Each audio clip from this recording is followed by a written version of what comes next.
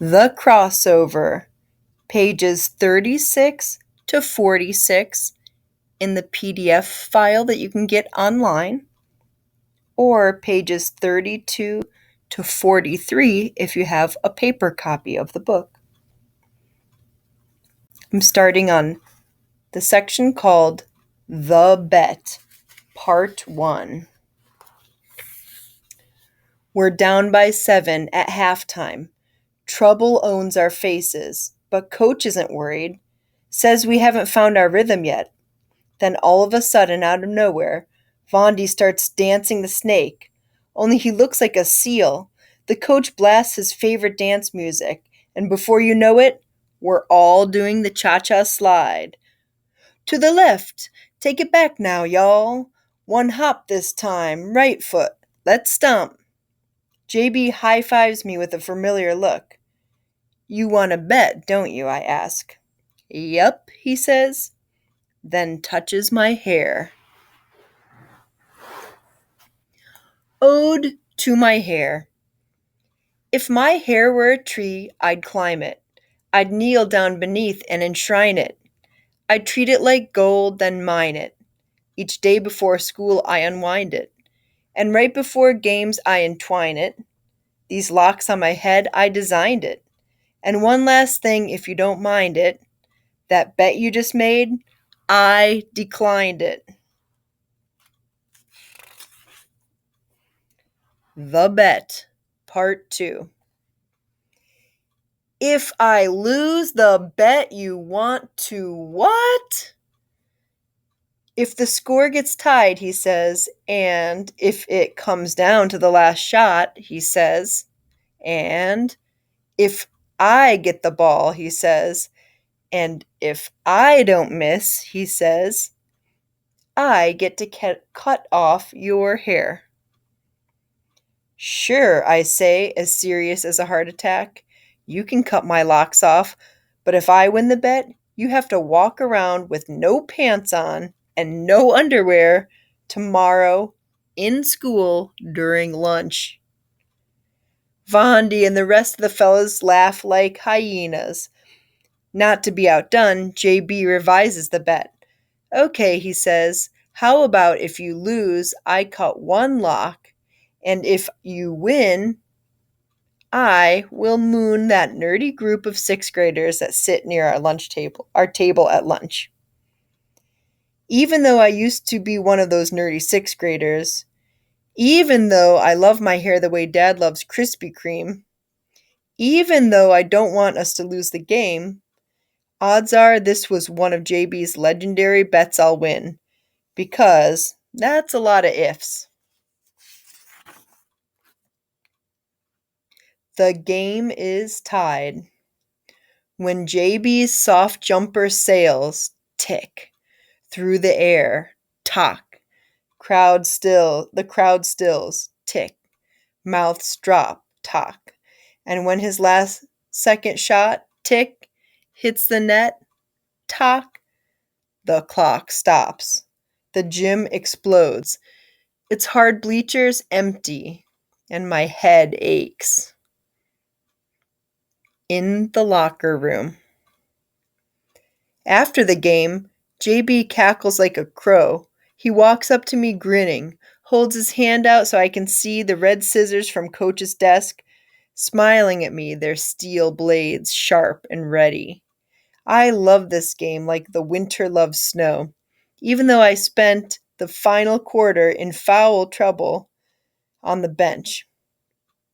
JB was on fire, and we won, and I lost the bet. Cut. Time to pay up, filthy, JB says, laughing and waving the scissors in the air like a flag. My teammates gather around to salute. Filthy, filthy, filthy, they chant. He opens the scissors, grabs my hair to slash a strand. I don't hear my golden lock hit the floor, but I do hear the sound of calamity when Vondi hollers, "Oh, snap!"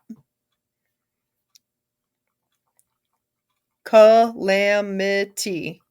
Noun.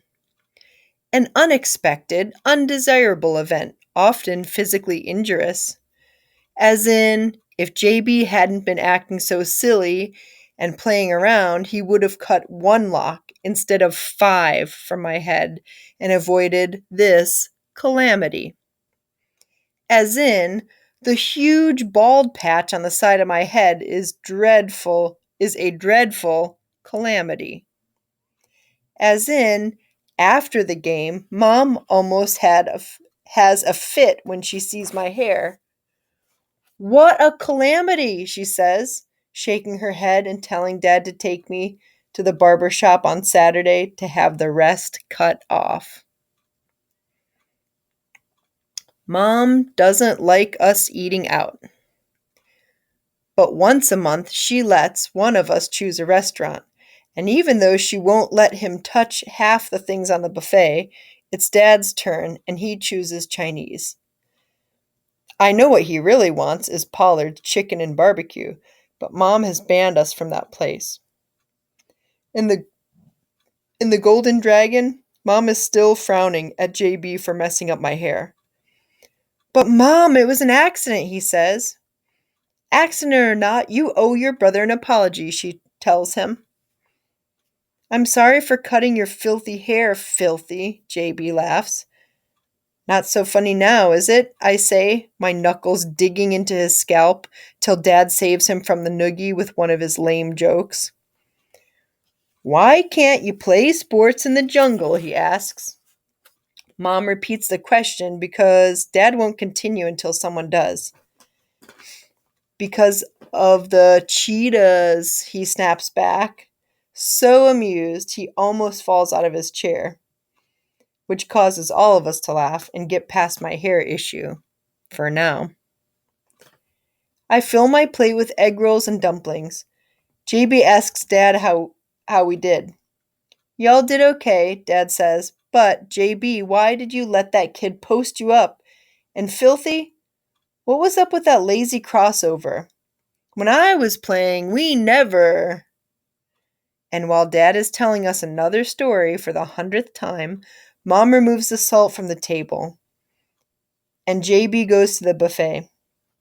He brings back 3 packages of duck sauce and a cup of wonton soup, and hands them all to me. Dad pauses and Mom looks at JB. "That was random," she says. "What, isn't that what you wanted, Filthy?" JB asks.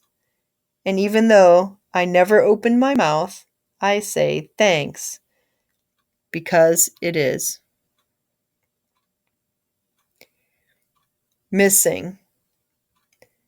I am not a mathematician. A plus B seldom equals C. Pluses and minuses, we get along, but we are not close. I am no Pythagoras. And so each time I count the locks of hair beneath my pillow, I end up with 37 plus 1 tear, which never adds up. Hi, 5th grade. This is Miss Zukenik talking to you. I love this particular page. It's page 43 on my paper book, the poem Missing, because the author, Kwame Alexander, is using such interesting language to describe how Josh, the narrator, is feeling right now. His hair got chopped off by his brother. That's something that he's obviously really proud of because he wrote a whole section earlier in the book about his hair. And he says, he uses language like this, like, "I'm no Pythagoras." And if you know who Pythagoras is, he's a Greek philosopher who also was credited for a lot of like famous mathematical formulas. No one really knows for sure if he created them, but instead of just saying like, "I'm not a math genius," Kwame Alexander says, "I'm no Pythagoras." I just think that's so cool.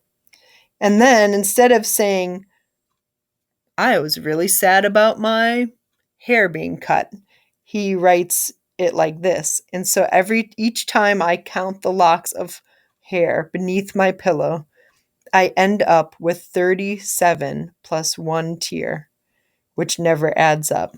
It's like he doesn't feel like himself. He doesn't feel whole. And there's so many ways that the author could have written that, but he chooses his words very carefully. He doesn't choose a lot of words, still manages to communicate something really powerful. Hope you enjoyed this. We'll read more next week.